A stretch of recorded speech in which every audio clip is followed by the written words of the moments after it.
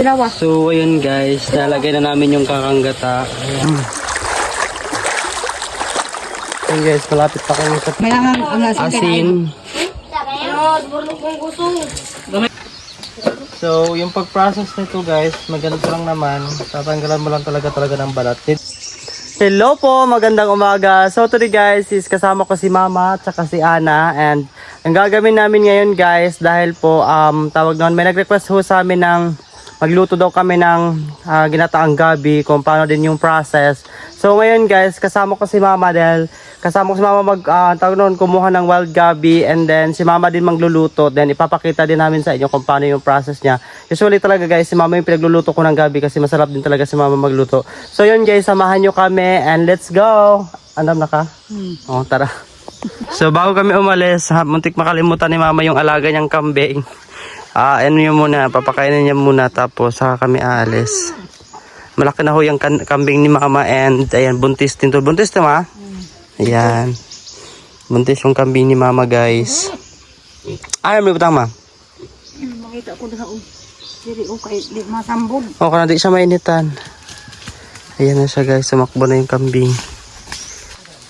And then guys, bukod sa kambing, may baboy din kaming alaga. Ayan o, ang cute. Tingnan nyo. Maliit pa siya guys. Ayan. Alaga ni Mama, nabili nila ng halagang 2.5. So ayan. May baboy na si Mamang inaalagaan. Mahilig kasi talaga si Mama sa baboy guys. Kaya ayun, napag-isipan nila bumili lang ng baboy.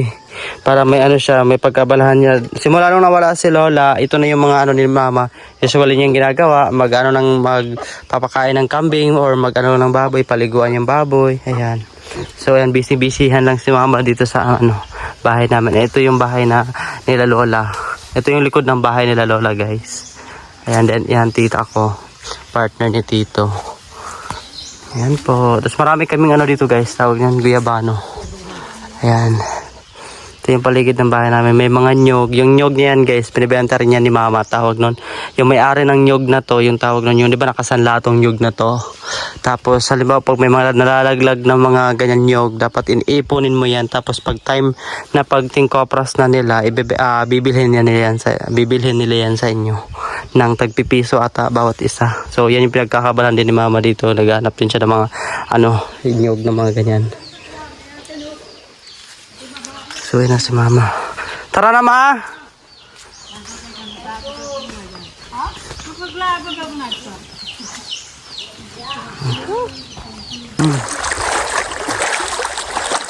Ayan guys, malapit pa kami sa pagkukuha namin ng gabi. Kung saan kami kumukuha ni Sarah ng gabi, doon din kami kukuha ni Mama. Bukod pala sa gabi guys, kukuha rin kami ng kangkong. May kangkong din sa tabing ilog. Papakita ko lang din sa ni Mama.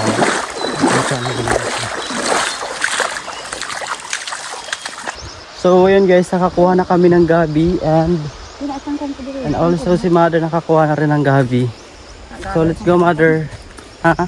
Katulong sa tuto ka rin tiyo.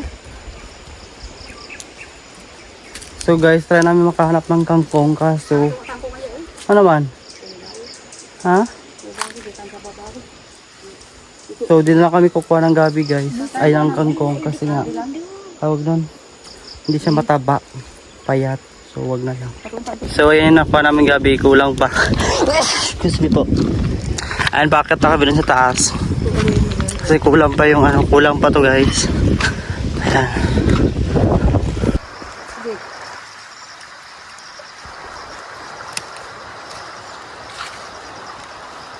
Dali man mo. Dali mo. Dugi na kawak para naman. Ha? Dugi na kawak para naman.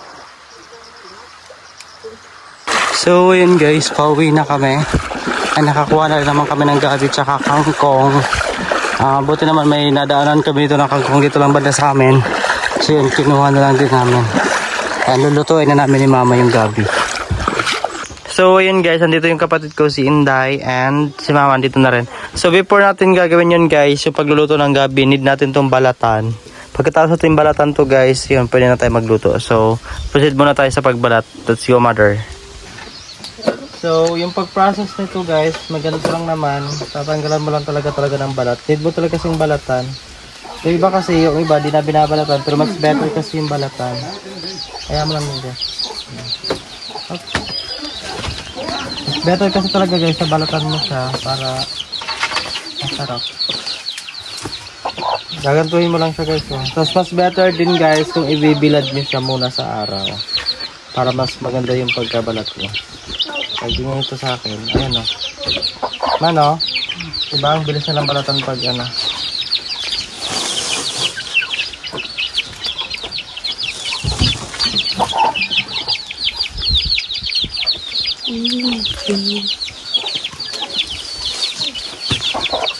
Si mama magluluto nito guys kasi mas nasasarapan talaga ako pag si mother yung nagluluto ng gabi.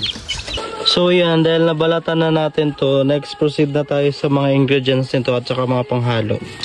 So yan guys, instead ako yung magkayod ng nyog, gusto daw ni mama siya na lang daw.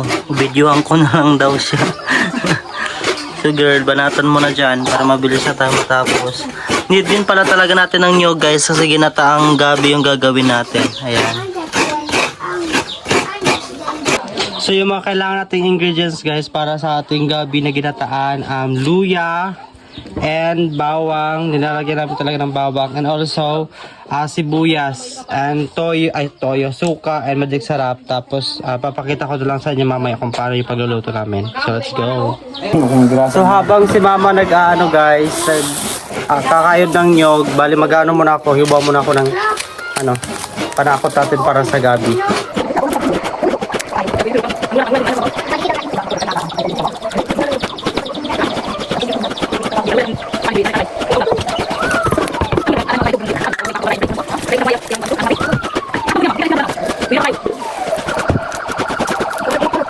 So yun guys, saka-prepare na lahat and andito na yung gabi natin and also yung gata andito na rin. So yun, prepare na tayo lahat. So si mama na yung magluluto. Ayan, nakagawa na rin si mama ng apoy. So first guys, lalagay na ni mama yung gabi sa kaldero. Yan, tanga na.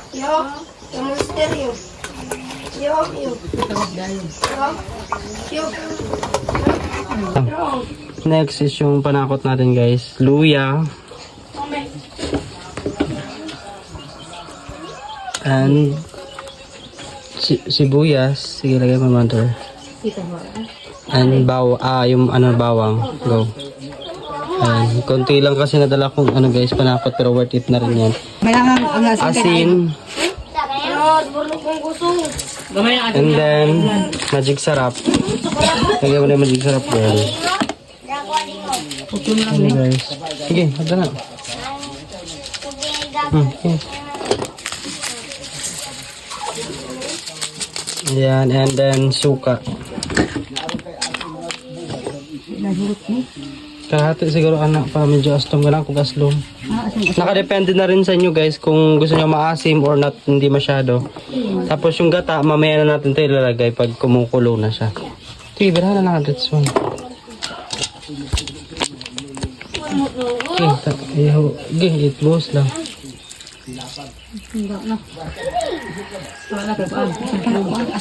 Sige, tama na yun. Tubig, isang basong tubig lang. And then isasaing na natin siya or ilalagay na natin sa apoy. And then guys, pag magluto kayo ng mga gabi, make sure nyo na mas malakas talaga yung apoy nyo. And habol lang natin tong tanglad. Yan. Huwag nyo talagang tawag nun, palakasan nyo talaga ng apoy para hindi siya maging makate. Yun talaga yung technique ng iba. Sige mother, lagay mo na dito mother. Guys, sinano na ni mama, nilagyan niya na ng kahoy para lumakas yung apoy. Tapos guys, sa amin kasi guys, dapat isang tao lang yung gagawa nito. Dito sa amin kung sino talaga yung gumawa, dapat siya lang, wag nang maghalo-halo. So yun na yung natin guys, nyog. Bali na natin, pipigain na natin siya. Tapos mas better guys kung yung unang gata yung ipang natin. Yung pure, dapat pure muna, tapos yung pangalawa niya gagawin tayo konting tubig, lagyan natin ng konting tubig. So ayan guys, ito na yung kakang gata and ayan na yung na leftover niya. So ito na lang mamaya ilalagay natin pagkatapos nating ano na yun, tawag nun, pag konti na yung tubig nun, ito na yung ilalagay natin. Ayan. And guys, mag-a-add lang kami ng maliliit na fish. Depende na din sa inyo kung anong gusto nyo i-add. Pero much better mag-add kayo ng mga ganito or mga ano, isda, mga ganon. And kami mag-add kami ng ganito. Maliliit na isda. Yung parang diles. Ayan. So, ayun guys, nalagay na namin yung kakanggata. Ayan. Yung puro. And ayan. Papakulan na natin ng konti. Tapos na rin. So, ganito kalakas yung apoy namin. Sabi ang init. So, ayun guys, luto na ang ating ginataang gabi. Ayan. Grabe ang bango. Muta mo daw. Kumot mo. So, ayun guys. So, magkukunin na natin. Lalagay na natin sa ano. Sa ang tawag dito. Mangkok. So yan guys, ito na yung ginataang gabi namin, luto na. So yan, kakain na din kami. Ay, nagtira lang din ako para sa stepfather ko. So ito yung natira sa stepfather ko. Ayan. And then guys, gumawa rin ako ng ano, tuyo. Nagprito din kami ng tuyo para pang ano namin dito, partner. So let's go, kakain na tayo. So yan guys, saka-prepare na yung pagkain namin. Ito yung rice namin, corn rice, and yung gabi tsaka tuyo. Ayan, kainan na po. Ayan, kainan na guys. Kol, kasi nagkuprasa mong ano, Kol?